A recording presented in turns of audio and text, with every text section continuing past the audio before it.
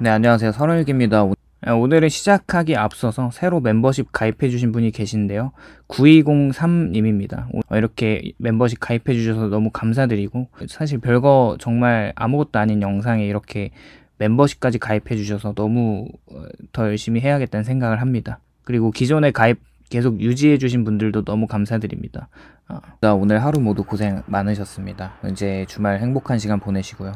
오늘은 채권 시장에 대해서 이야기를 해볼까 합니다. 채권 시장의 리스크들을 생각해보면은 미국 부채 폭증과 인플레이션을 생각해볼 수 있는데, 인플레이션은 지금까지 그래도 잘 통제되는 것 같고요.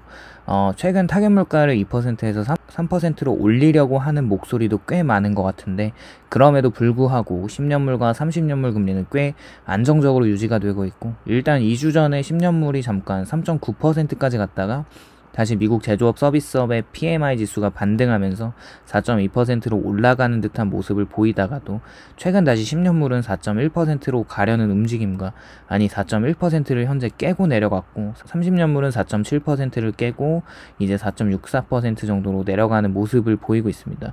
금리 입장에서는 상방이 막히고 가격면에선 하방 경직성이 깨지는 모습을 보이고 있죠. 생각보다 많은 자금들이 월동 준비를 하는 것 같은 느낌입니다. 주식시장은 사상 최고치이고 금과 은, 원자재도 달리고 코인 시장도 달리고 모든 시장이 달리면서, 한편으로는 보험을 좀 드러나야 하는 걸 생각해 본다면 미국 채권만큼 좋은 보험은 없습니다. 지금 증시의 리스크 중 하나는 노동시장이라고 보고 있는데, 채권무새들은 노동시장, 특히 비농업 고용지수가 급락하는 가운데 연준의 금리 인하가 너무 아직 매파적이다라는 생각을 해보면 금리 인하 실기론도 한번 진지하게 생각을 해봐야 하는 것 같습니다. 그런 면에서 노동 둔화와 소비가 줄어드는 디플레이션 시나리오를 생각한다면 채권을 계속 실어도 담아가는 건 나쁘지 않은 전략입니다. 물론 근래 3년간 소외를 당해온 자산이지만 언제 어떻게 빛을 발할지 모르는 일이죠. 생각을 해보면 지난 몇 년간 전 세계 금융시장은 금리 인상기라는 긴 터널을 지나왔습니다. 22년부터 24년까지 페드를 비롯한 주요 중앙은행들이 기준금리를 급격히 올리면서 전통적으로 안정적인 수익을 추구하던 채권은 큰 손실을 보았죠. 채권 가격은 금리와 반대로 움직이기 때문에 금리가 오를 때는 채권 가격이 당연히 떨어집니다. 이 때문에 22년, 23년은 채권 투자자들에게는 악몽 같은 시기로 불렸고, 레버리지까지 끌어서 투자하신 분들은 손실을 진짜 많이 보셨을 것 같기도 합니다. 개인적으로 지금 금리 인상 사이클이 사실상 종료되었다고 보고 있고, 향후 금리 인하 국면으로 진입할 가능성이 훨씬 높아지면서 채권은 다시 매력적인 자산으로 부상하고 있습니다. 지금 투자자들이 이 변곡점을 예리하게 포착하고 있고요. 25년 들어서 글로벌 자산 운용사나 연기금과 심지어 개인 투자자들까지 채권 비중을 늘리는 이유는 단순히 안정적이어서가 아닌 것 같고요. 이제 채권이 가격 상승과 이자 수익이라는 두 마리 토끼를 잡을 수 있는 시점으로 인식되기 때문입니다. 지금은 부채 사이클에서 채권 가격 상승이 발목을 잡혀 있긴 하지만, 역사적으로 채권 투자에서 가장 중요한 개념은 바로 금리와 채권 가격의 반비례 관계이고요. 이 역사적인 전통이, 이 패턴이 한 번에 깨진다고 보고 있지는 않습니다. 지금처럼 기준금리가 정점 근처에 도달하고 있고 시장이 향후 금리 인하를 예상하는 시기에는 채권 매수가 매우 유리한 전략이 됩니다. 지금 꽤 많은 글로벌 자산 운용사들이 최근 들어서 주식 대비 채권 비중을 늘리는 포트폴리오로 리밸런싱을 적극적으로 진행하고 있습니다. 특히 장기채 10년 만기 이상으로 이동하는 자금이 눈에 많이 띄는데요. 이들은 지금이 금리 피크 구간이며 앞으로 인하기에 들어서면 장기채가 가장 큰 수익률을 줄 것이라고 보고 있는 거죠. 일단 개인적으로 주식도 좋게 보고 있지만 24년 이후 글로벌 주식시장은 큰 폭으로 반등했습니다. 그만큼 밸류에이션 부담이 커진 건 부인할 수가 없다는 거죠. 이런 상황에서 투자자들은 자연스럽게 이익은 줄고 주가는 비싸진 시장에서 벗어나서 안정적인 현금 흐름을 보장하는 자산, 즉 채권으로 눈을 돌리고 있습니다. 채권은 만기 시점이 확정되어 있고요. 이자 지급이 명확해서 픽스드 인컴이라고도 불리고 있죠. 반면에 주식은 경기 둔화와 실적 악화와 지정학적 리스크 등을 계속 생각해봐야 하므로 변동성이 큽니다.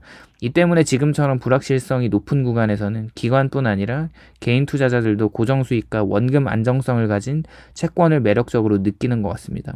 또 하나의 이유는 가불논박이 심한 인플레이션 논쟁 중에서 인플레이션이 안정화되고 있는 걸로 보이고 채권의 실질 수익률이 좋아지고 있긴 합니다. 25년 현재 미국 소비자 물가지수 CPI는 2% 중반까지 안정되었고요.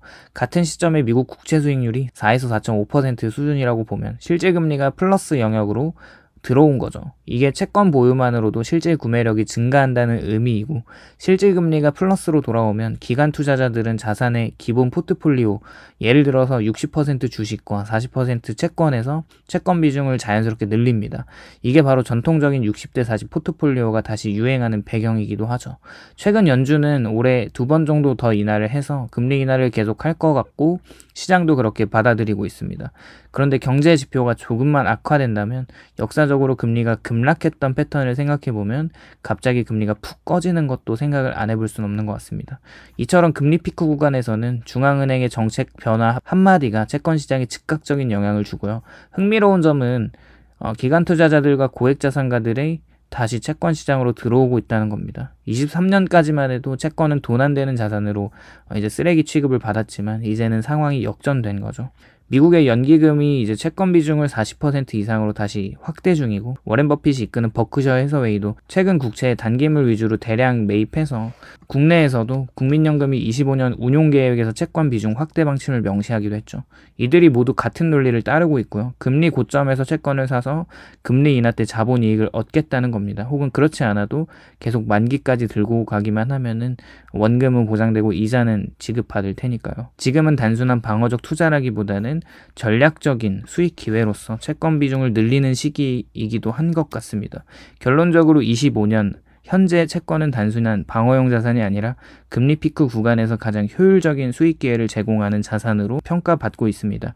결국 요즘에 채권 비중이 늘어나는 이유는 단순히 안정적인 것 플러스 시세 차익까지 얻는 관점이고, 이제 채권이 다시 돈이 되는 구간으로 돌아왔습니다. 그동안 긴 인내 끝에 찾아온 이 시점은 투자자들에게 다시 돈을 불릴 만한 매력적인 시기로 생각하고 있고요. 앞으로 금리가 인하되면 지금 사둔 채권이 현금 흐름과 자본이익이라는 완벽한 조합으로 작용할 겁니다. 하지만 다시 말씀드리지만 단기채 말고는 장기채에는 절대 몰빵하시면 안 됩니다. 그럼 오늘도 시청해주셔서 감사드리고, 공감이 되셨다면 좋아요와 구독을 부탁드립니다.